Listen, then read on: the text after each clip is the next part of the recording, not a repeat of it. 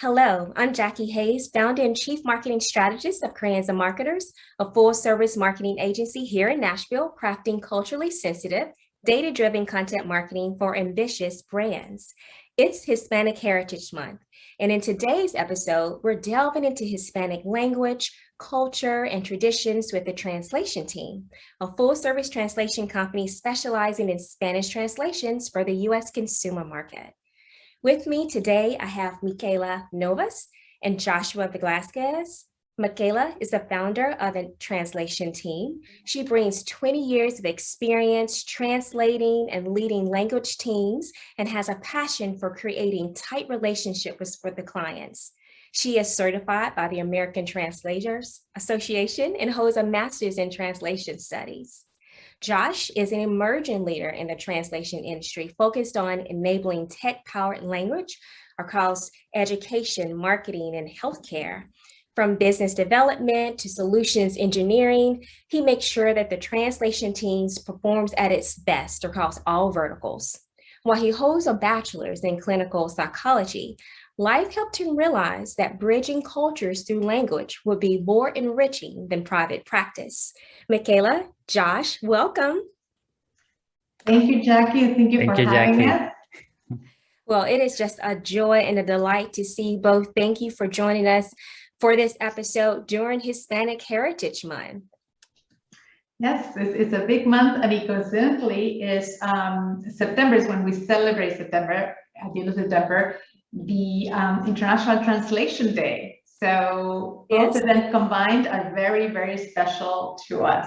Absolutely. We are recording this episode today, September 30th, like as you mentioned, which is International Translation Day. And we can get into that definitely a little bit later on. But first, let's start. Tell us a little bit about yourself and the company.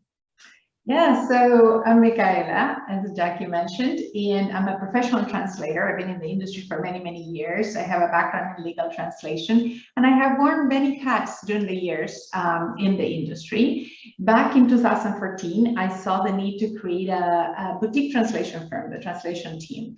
And the goal was to work hand in hand with direct clients, be a true extension of their organization, of their marketing, of their advertising teams, and be able to work in sync with their brands and bringing all that messaging to the Hispanic market here in the US. We're based in Arizona right now, and we are a true remote team, which came very in handy during the pandemic. So we have team members who span all the way from Seattle to Argentina. Argentina, yes, and Josh, that takes us to you. Tell us a little bit about you and the things that you do for the translation team.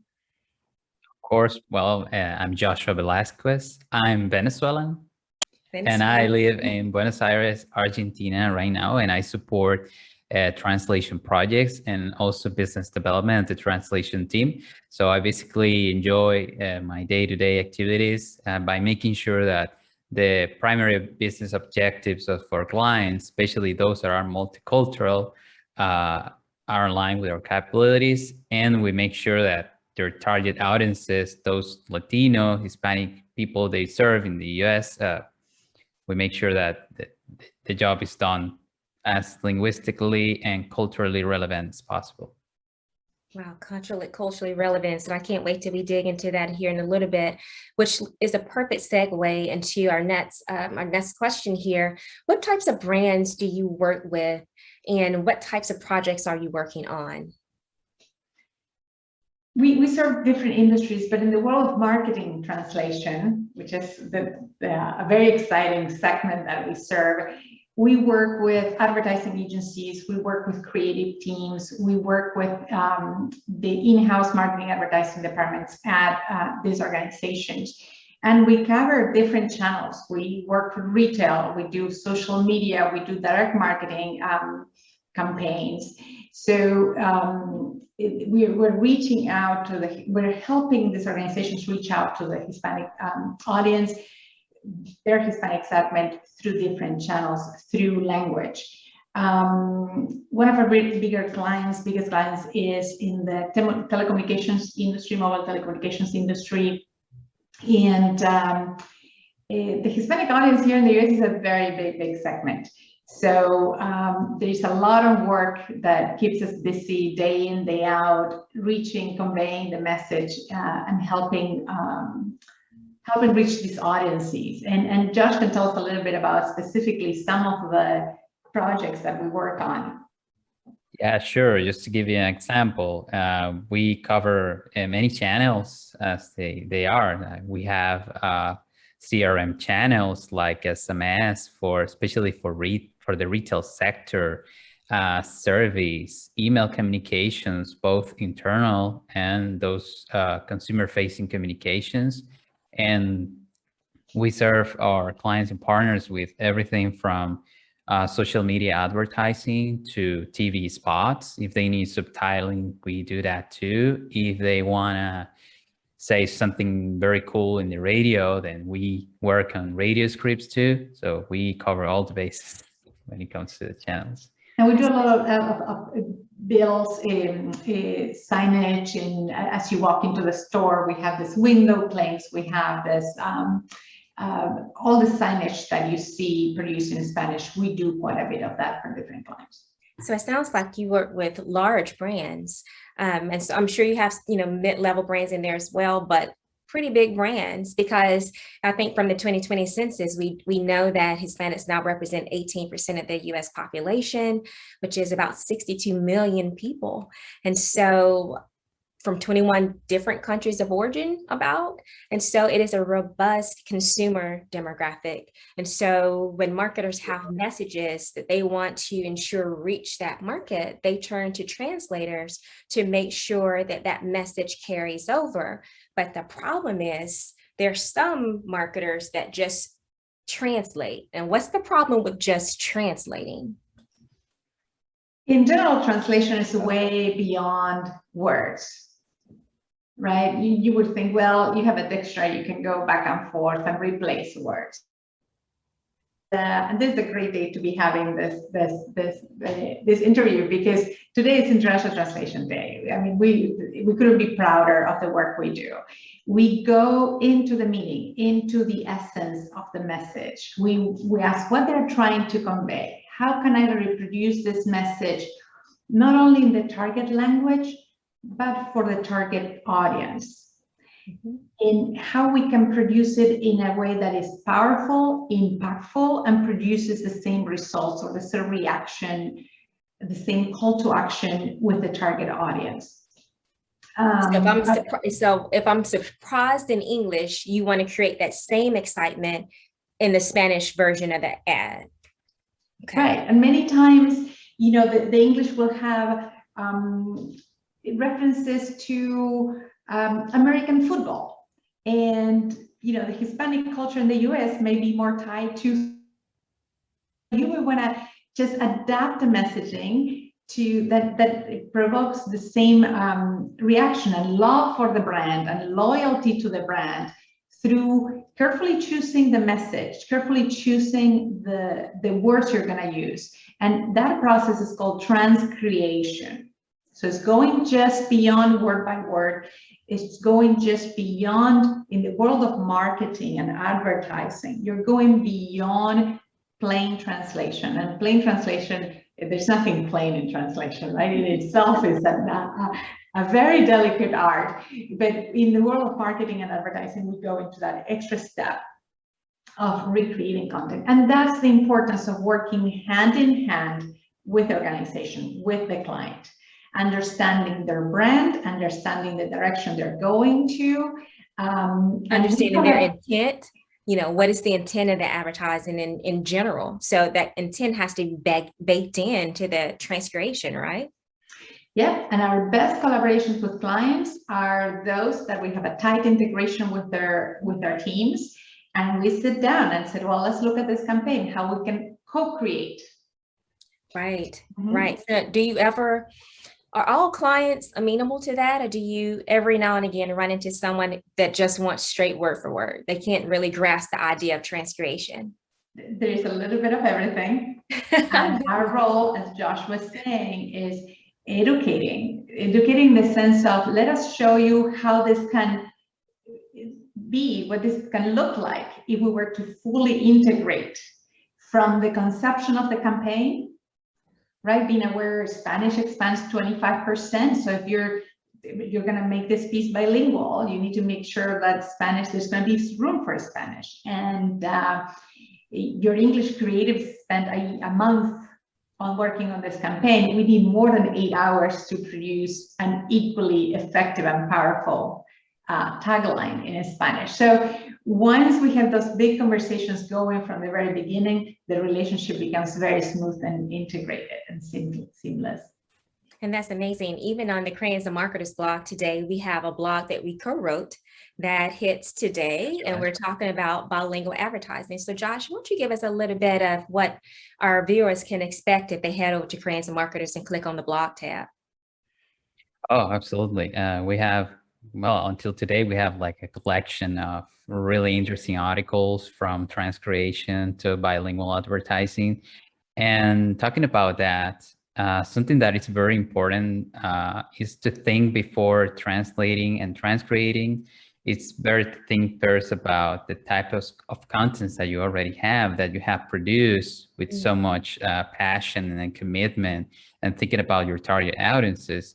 It's very important that when you want to think about the other groups that might not speak the same language, you need to think about maybe the type of content, how much visibility will it have, what's the volume, and what channels are you going to use, so you can like set a strategy on that, like how much creative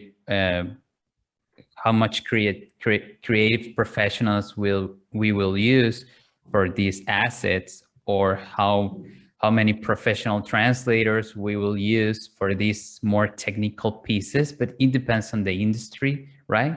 So it's very important to know those things. And in the blog, in Crayons Marketers blog, you will find a lot of pieces like diamonds of information when it comes to decision-making processes regarding what to transcreate, what to copyright from scratch in the target language, in the audience's language, and what to translate, just simple.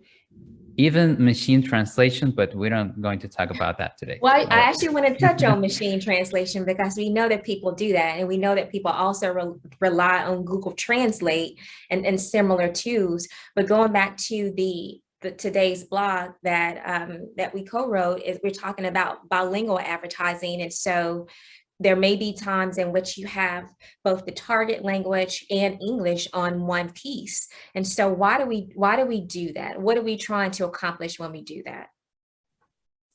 Well, Micaela, go ahead. No, certainly, there are different demographics of Hispanics in the U.S. So first-generation Hispanics, first-generation immigrants, they still feel very comfortable in their native language, in Spanish. And we can talk more about that. But there's the second, third generations that are totally fluent in English. They're bicultural,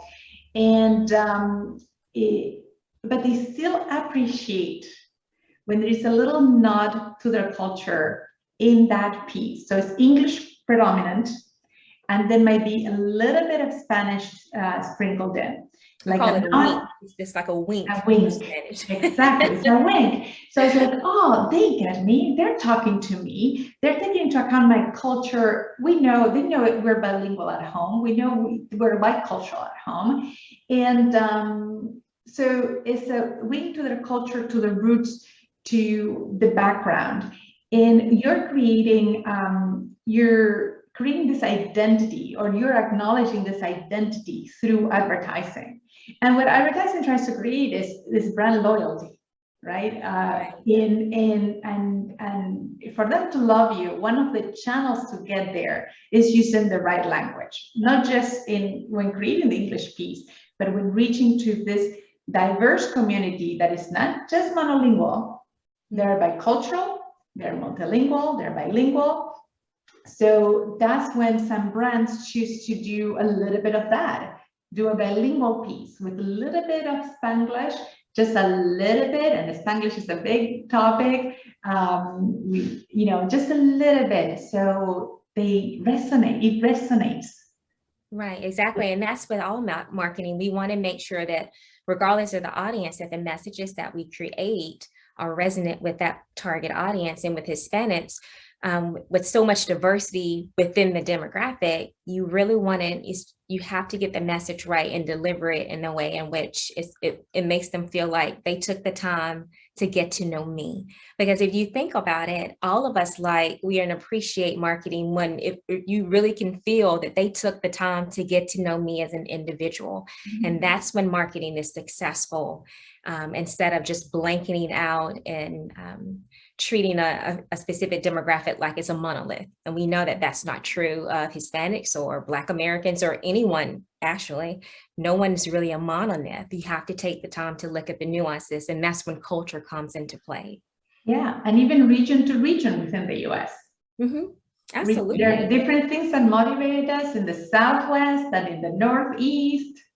There are terms that we say in the South that no one, I have friends up north and and I don't know what you just said. I'm like, really? So it's just, again, it goes back to regional.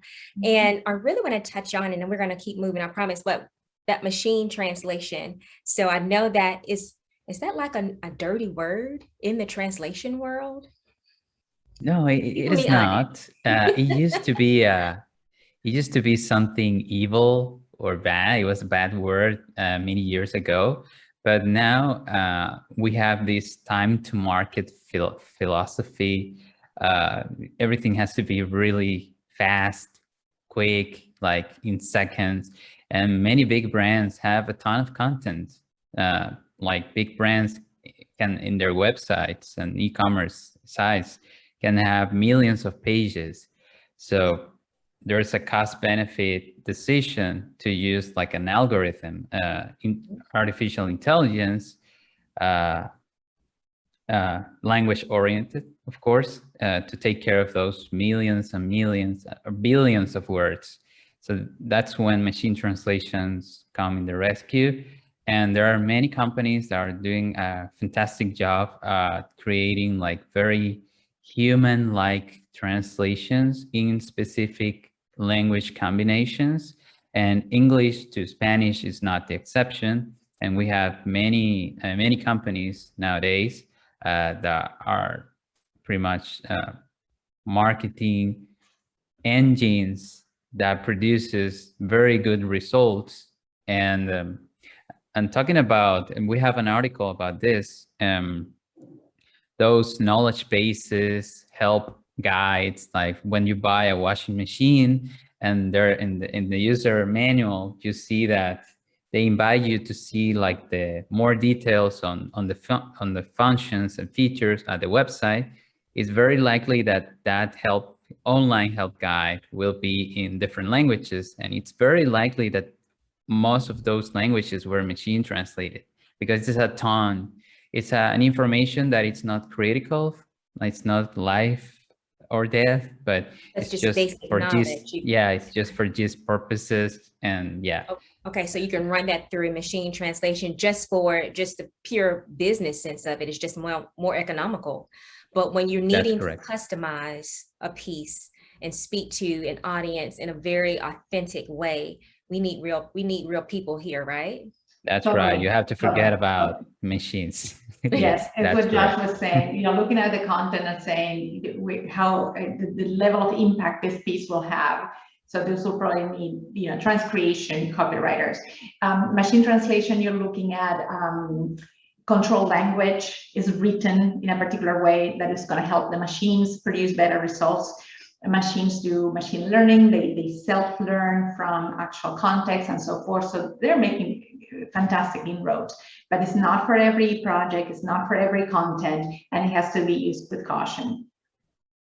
Speaking of content, can you think of any missteps that you've run across in the industry when a brand just got it completely wrong? And then let's talk about a success story. Okay, I'll start. We have a very funny case around. It happened a long time ago, in 1999 to 2006.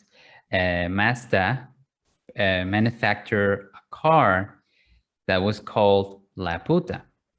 And La Puta in Spanish, the translation in English would be like a prostitute.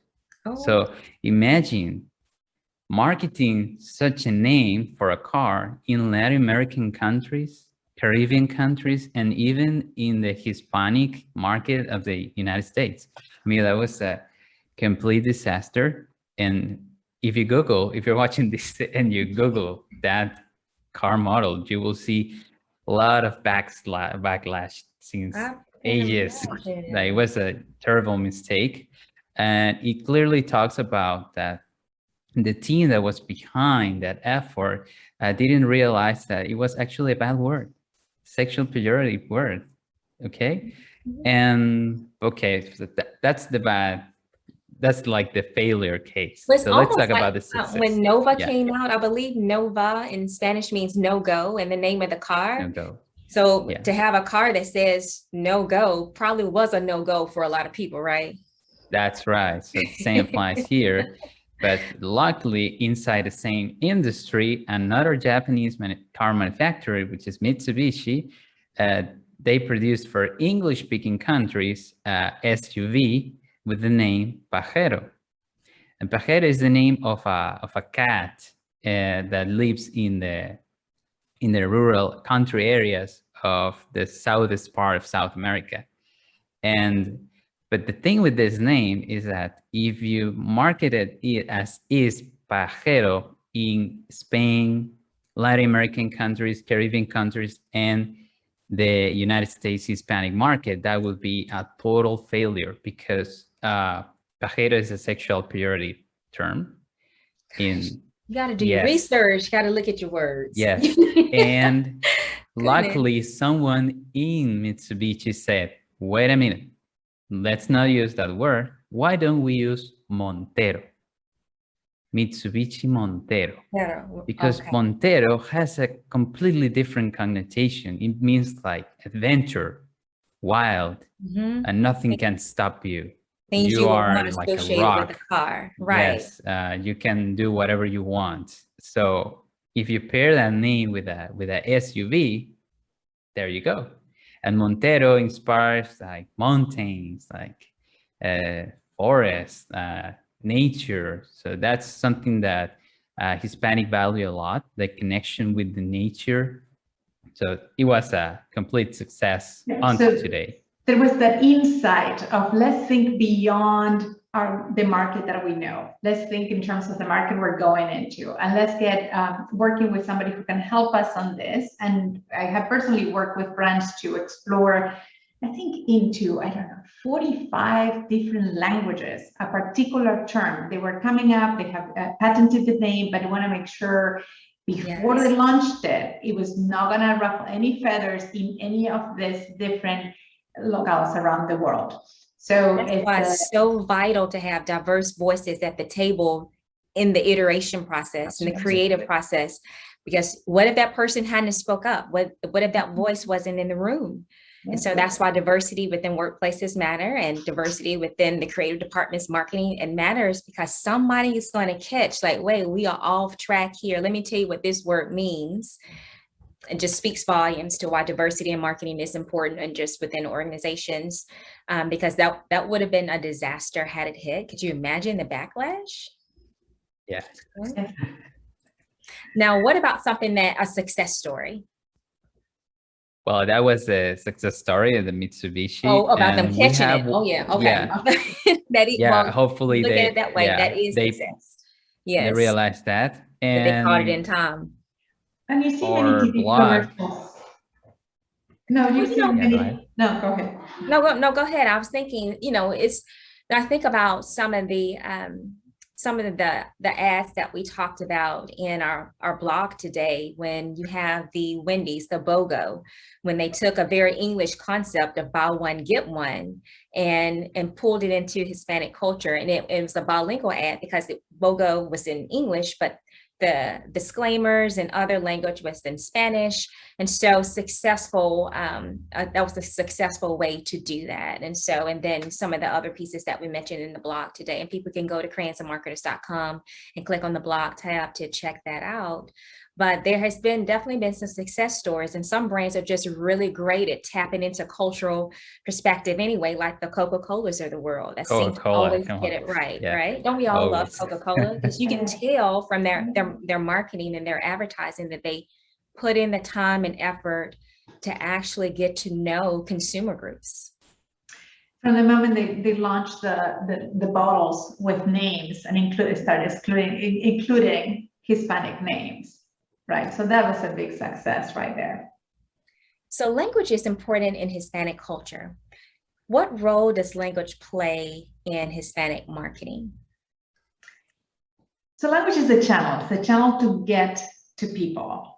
And we have, the Hispanic market in the US is $2.6 trillion. It's a huge size of the market. And all these brands, what they want is to increase their market share. Mm-hmm. So one way to get there is through language.